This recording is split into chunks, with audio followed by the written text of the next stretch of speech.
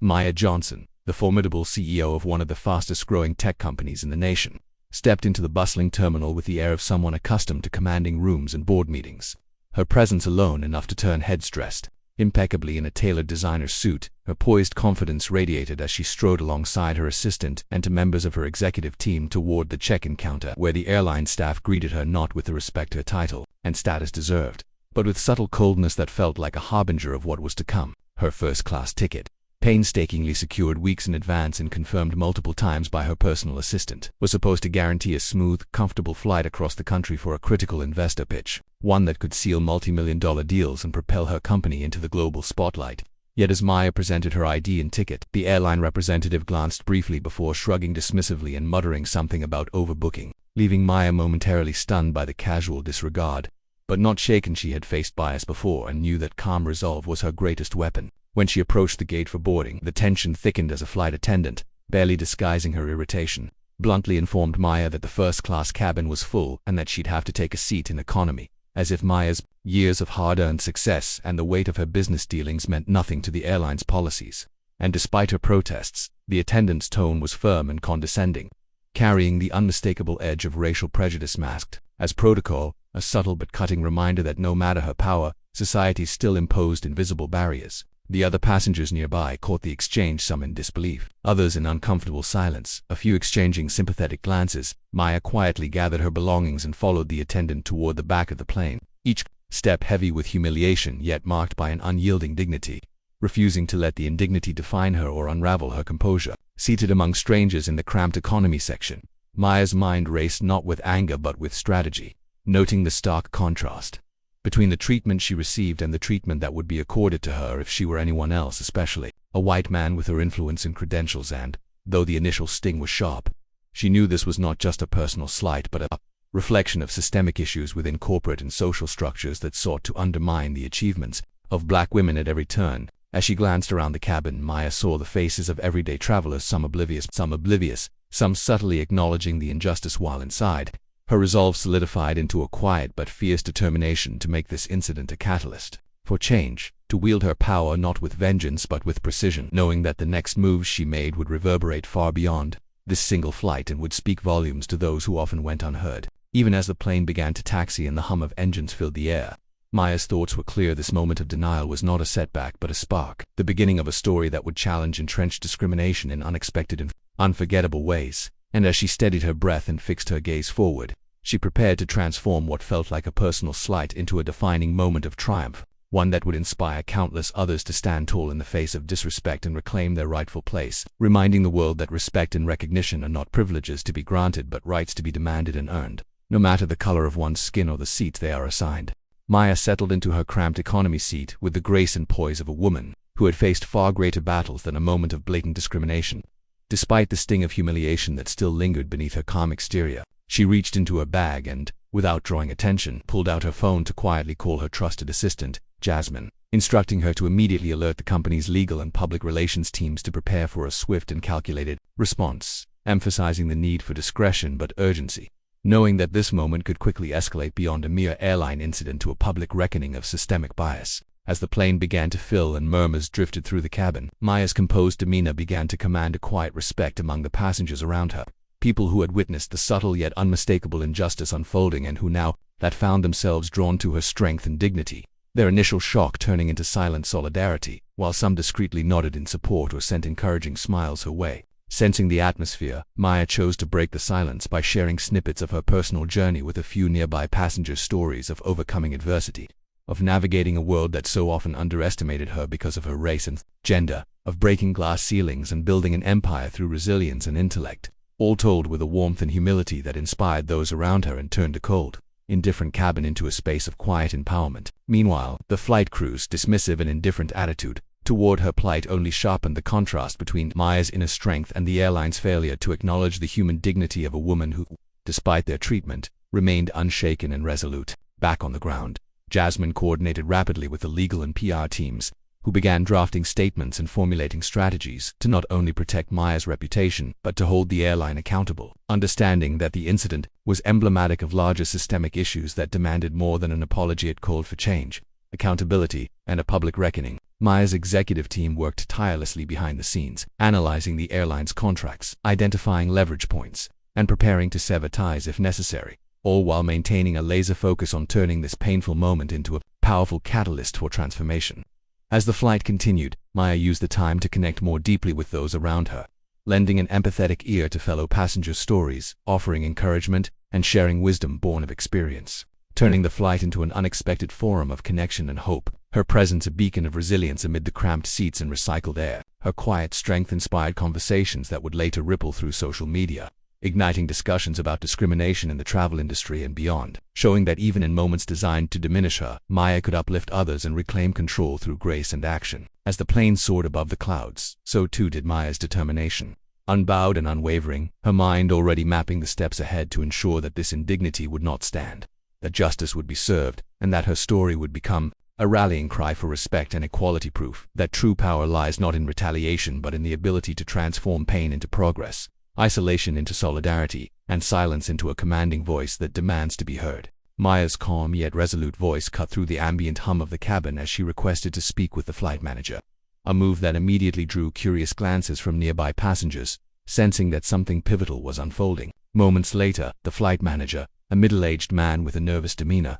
approached hesitantly, clearly unprepared to face the formidable woman before him whose first-class ticket had been so casually disregarded. And as Maya produced her ID, ticket, and a sleek company badge bearing the logo of one of the nation's most influential tech firms, the weight of her authority seemed to press upon the manager, who shifted uneasily under her steady gaze. With measured precision, Maya laid out the facts of her confirmed first-class reservation. Her identity as the CEO of a company whose business with the airline was substantial and ongoing, and then, without raising her voice but with unwavering firmness, she articulated how the denial of her seat was not merely a clerical error but a clear act of discrimination that undermined her dignity and the airline's reputation, explaining how such incidents resonate far beyond a single flight, affecting millions who look to her as a symbol of success and resilience, and how this incident threatened to sever a valuable partnership unless it was addressed immediately and justly. The flight manager, visibly uncomfortable and struggling to find a defensible position, offered vague excuses about overbooking and policy constraints, but Maya, seasoned in corporate negotiations and crisis management,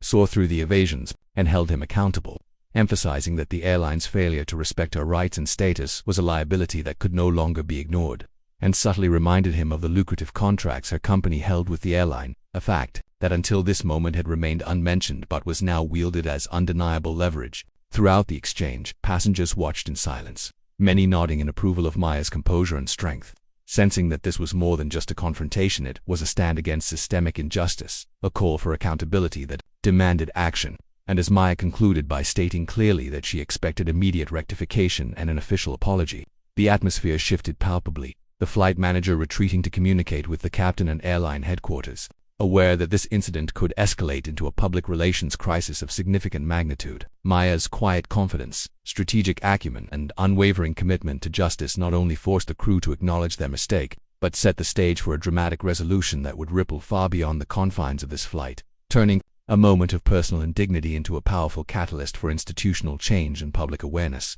As the story of the black woman CEO denied her rightful seat became a rallying cry for dignity, respect, and the demand that no one, regardless of race or status, that should ever be made to feel less than they are. And as the plane continued its journey through the clouds, Maya prepared for the next phase of her response, knowing that her victory was as much about dismantling prejudice as it was about securing her own stand that in the skies and boardrooms alike, true power belonged to those who stood firm in the face of injustice and refused to be silenced. As the wheels of the plane touched down with a jolt on the tarmac, the tension that had simmered throughout the flight finally collided with reality. And while passengers busied themselves gathering luggage and checking their phones, Maya Johnson sat unmoved, her spine straight, her expression unreadable but eyes blazing with determination. For she knew that this moment, this exact second, would mark the beginning of something far bigger than herself. A reckoning not only for the individuals who had disrespected her but for the systems that allowed such indignities to be normalized. With the aircraft taxiing toward the gate, she calmly unbuckled her seatbelt and reached for her phone,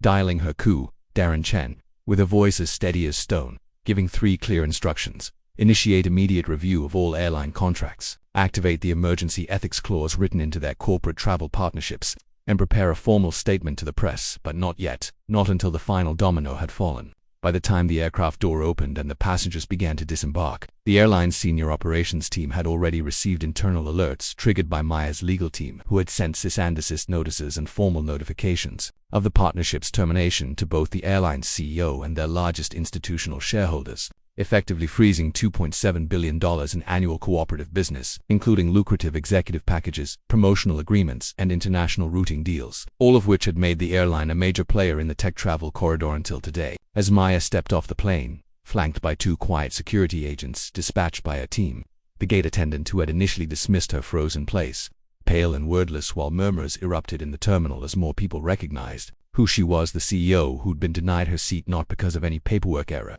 but because someone had looked at her skin and made a decision they could never take back. Reporters were already assembling outside the gate, tipped off by social media users who'd live posted her calm defiance, and by the time she reached the VIP lounge, her story had already gone viral, trending globally under hashtags like #DignityDenied and #SheFired the flight crew, with influencers, celebrities, and executives weighing in, many sharing their own experiences of discrimination while applauding her composure and courage. Maya, however, didn't pause for praise. Instead, she called her board of directors into an emergency meeting via secure video line, where she detailed every aspect of what had occurred, offered clear documentation including timestamps, audio clips from nearby passengers, and official booking confirmations, and concluded with a simple ultimatum: either the airline issue a full public apology, terminate every staff member involved, and submit to an independent audit on bias training across their departments, or her company would go public with the entire story, backed by legal action, partner withdrawals, and whistleblower interviews already flooding in from past victims emboldened by Maya's stand. Within hours, the airline's PR team scrambled to issue a bland statement of regret,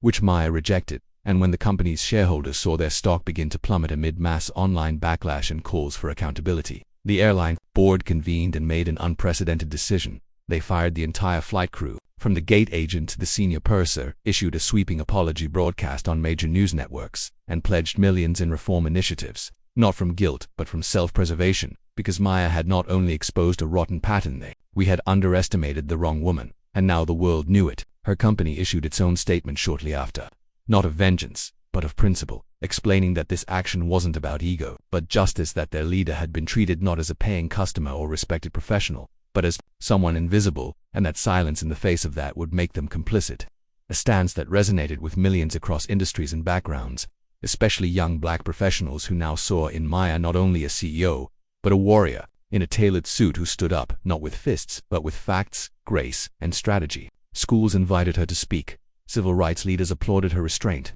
and even rival CEOs reached out privately to thank her for breaking ground they'd long feared to tread, knowing that the next time a company debated whether to respect a black woman walking into first class, they'd remember Maya Johnson not just for the fortune she controlled, but for the fire she refused to dim, for the message she made unmistakably clear: respect is not a privilege to be granted, it is a right to be expected, and those who violate it will not do so in the shadows anymore. And as Maya finally returned home that night, greeted not by headlines or cameras but by her daughter's sleepy hug and the quiet pride in her partner's eyes, she allowed herself one breath of peace, knowing the fight wasn't over. But today, she had won more than justice. She had shifted the sky.